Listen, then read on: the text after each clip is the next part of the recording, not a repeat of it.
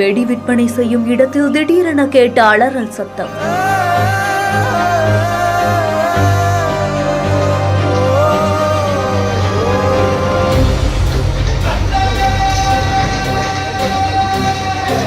தீபாவளிக்காக வெடி வாங்க போனவங்களுக்கு இப்படியா நடக்கணும்?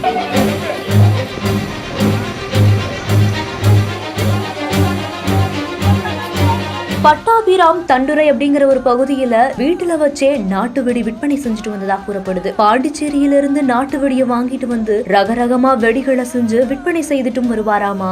இந்த நிலையில தான் தீபாவளி பண்டிகையை கொண்டாடுறதுக்காகவே நாட்டு வெடி வாங்குறதுக்காக 4 நபர்களும் வந்திருக்காங்க. அப்போ திடீர்னு வீட்டுல விற்பனைக்காக வைத்திருந்த அந்த நாட்டு வெடி கண்ணி வைக்கிற நொடியில வெடிச்சு சிதறினதால வீடு முழுவதும் இடிஞ்சு விழுந்து தீ விபத்தும் ஏற்பட்டிருக்கு. வெளியவே நின்றுட்டு இருந்ததால அதிர்ஷ்டவசமா உயிர் தப்பினதாகவும் தெரிய வந்திருக்கு. ஆனா துரதிருஷ்டவசமா அந்த வீட்டுல இருந்த 4 பேருமே உடல் கருகி உயிரிழந்தும் போயிருக்காங்க. உயிரிழந்து போன 2 உடல்களுடைய அடையாளம் காணப்பட்ட நிலைமையில தான் மீதம் இருக்கக்கூடிய 2 உடல்களுடைய அடையாளம் தெரியாமையும் இருந்திருக்கு.